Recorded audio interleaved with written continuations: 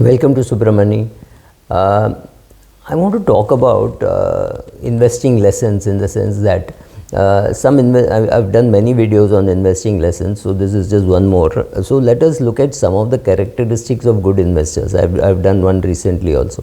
So first, a good investor is never certain. He's never ever or she's never ever going to say that today the price of let us say SBI is 800 rupees and 3 years later the price will be 1300 rupees or something like that. It is almost impossible to say, but many analysts are forced to give out reports saying this is the price. So to me, that's very difficult. So for me, it's easier even as a research person to give a range saying, okay, the EPS will go up by so much and the PE range has changed. Earlier the PE used to be very low for PSU banks, but today that range of PE has changed. So if the market is buoyant, you will get a PE at the higher end. If the market is not buoyant, you will get it at the lower end.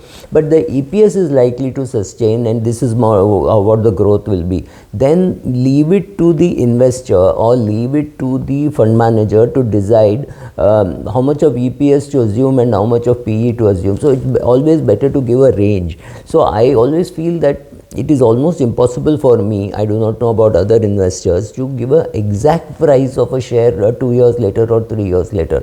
I mean, anything more than that is of course suicide, but I'm saying even 6 months later what is going to happen is largely you have some decent control over the EPS, in the sense that you can say, okay, the EPS will be in that range, 30 to 35 kind of range.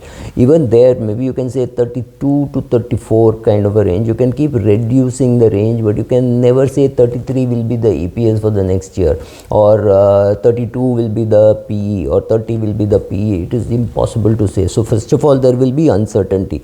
Second, I do think this I think was told to me by Sanjay Bhattacharya, that in one of his presentation he had said, he's a very good fund manager, he had said learn from every discipline. So that is so true, because when you see lion cubs or tiger cubs, when a tiger wants to mate, it kills the cubs of the previous tiger, only then the tigress will be ready to mate. So same thing happens with lions. So from the animal world also there is something to learn, from anthropology there is something to learn, from biology there is something to learn, from nature there is something to learn.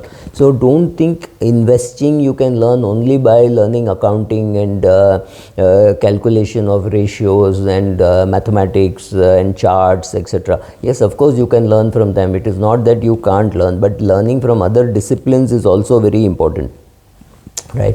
Most people invest to make money, but many of them, or almost most of them, don't have any great usage of that money after a particular stage, right? So somebody with say 20 crores and who has the expenses of maybe 10 lakhs a year, he's just growing his money. It has got nothing to do with his lifestyle. So he may not spend all his money, he may give it off to charity, he may give it off to his children, whatever. So don't think that everybody is pursuing happiness through money.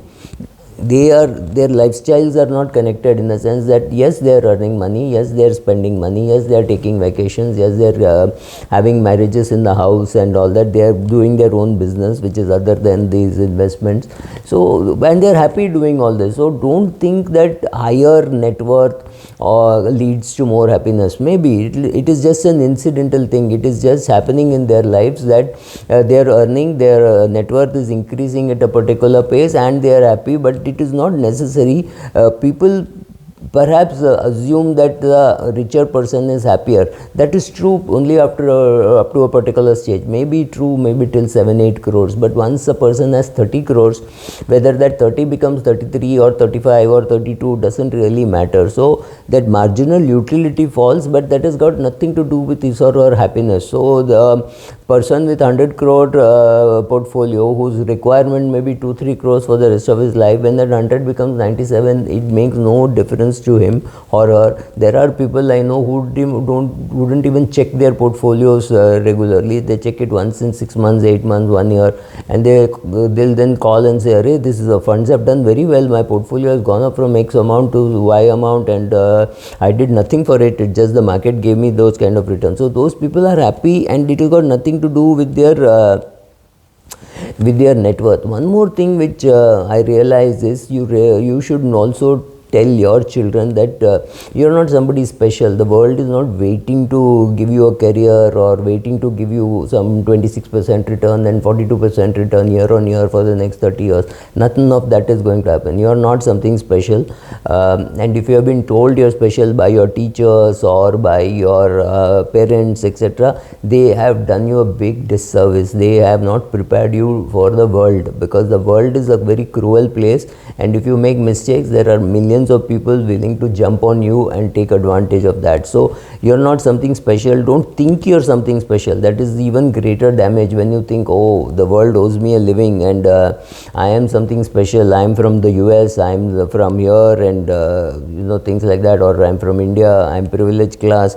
Nothing like that works. So, and many people think that they know how to estimate how much returns they are getting and they are special, they are getting fantastic returns. Sit and actually calculate and find that you have underperformed PPF or you have underperformed the index or things like that. Then you realize, and I think numbers do one thing amazing to you, is that keeps your ego in check, and it allows you to be a little more open-minded and be willing to accept suggestions from others. When you think that you are getting a fantastic return, maybe you think you are getting 22% return or something like that, from somewhere you got that number, and then you sit and calculate and you find that you got something like 9.5% return or 10% return. Then you realize that debt is not too bad an asset class for you, right? So I've been saying this now for a pretty long time, that debt is not such a bad asset class, and I have been getting good returns.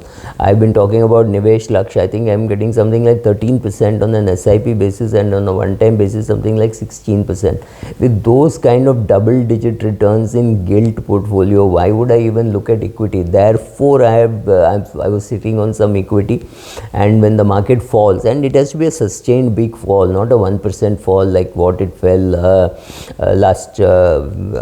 on Tuesday, right? That's not what I'm calling about. I'm talking about a nice sustained juicy 10% fall, which will attract me to that market and push me to put in some money, right?